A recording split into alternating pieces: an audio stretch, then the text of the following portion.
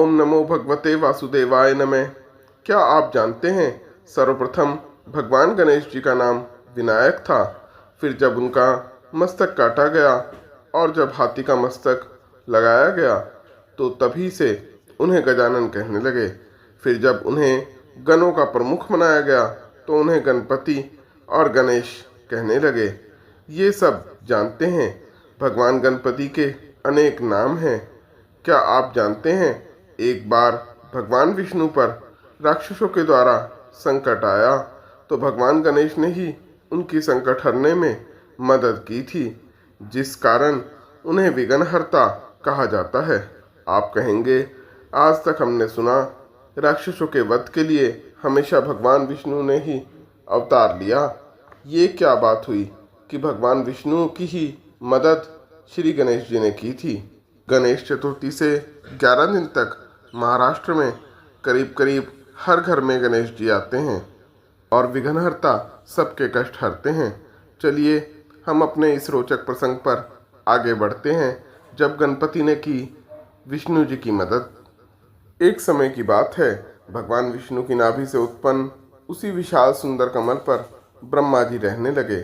परंतु एक लंबा समय बीत जाने के बाद शंखधारी भगवान विष्णु के कान से उत्पन्न विशाल शरीर वाले 2 राक्षस मधु और कैटभ उत्पन्न हुए। वे भूख से व्याकुल होकर इधर उधर अपना भोजन खोजने लगे।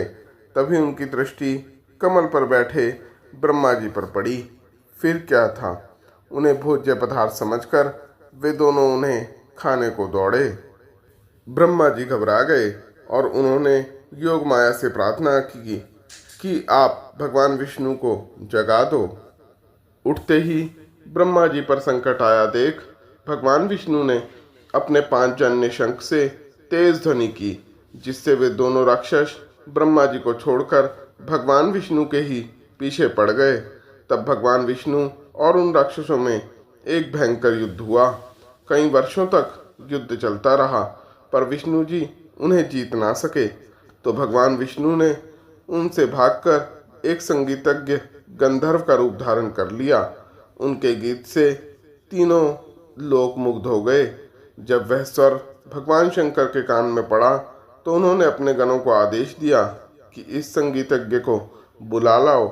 शिवगण उन्हें लेकर आए तो गंधर्व रूपधारी विष्णु जी ने शिव परिवार के सामने वीणा की तान छेड़ी और कैलाश पर सबको मंत्रमुग्ध कर दिया। तब शंकर जी ने उन्हें प्रसन्न होकर वरदान मांगने को कहा।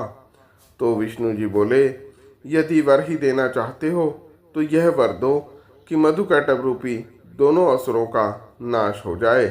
शिव जी ने मुस्कुराकर कहा, अच्छा तो आप विष्णु हो, राक्षसों के भय से इस रूप में घूम रहे हो। तब शिव जी ने कहा, हे रमानाथ, यदि असुरों पर विजय प्राप्त करनी है तो विघ्नहर्ता गणेश जी का पूजन करो। वे ही असुरों को अपनी माया से मोहित कर सकते हैं और उन्हें वश में कर सकते हैं। शिव जी ने उन्हें षोडशोपचार युक्त गणपति पूजन की विधि बताई। उस विधि से भगवान विष्णु ने गणपति जी का पूजन किया। तब भगवान विष्णु ने गणेश जी के प्रसन्न होने पर उन असुरों को मारने के लिए वर मांगा और विष्णु जी ने कहा, हे विघ्नहर्ता, मुझे अपनी दुर्लभ भक्ति भी प्रदान करें। गणेश जी ने कहा, यही होगा, अब आपके कार्य में कोई विघ्न नहीं आएगा। तब भगवान विष्णु वहां गए जहां वो दोनों राक्षस थे। त्रिलोकीनाथ को वहां आए देखकर उनकी ओर झपटते हुए बोले, तुम बड़े डरपोक हो जो रण छोड़कर भाग गए। विष्णु जी हंसे और उन्होंने युद्ध करके मधु कैटभ का संहार कर दिया।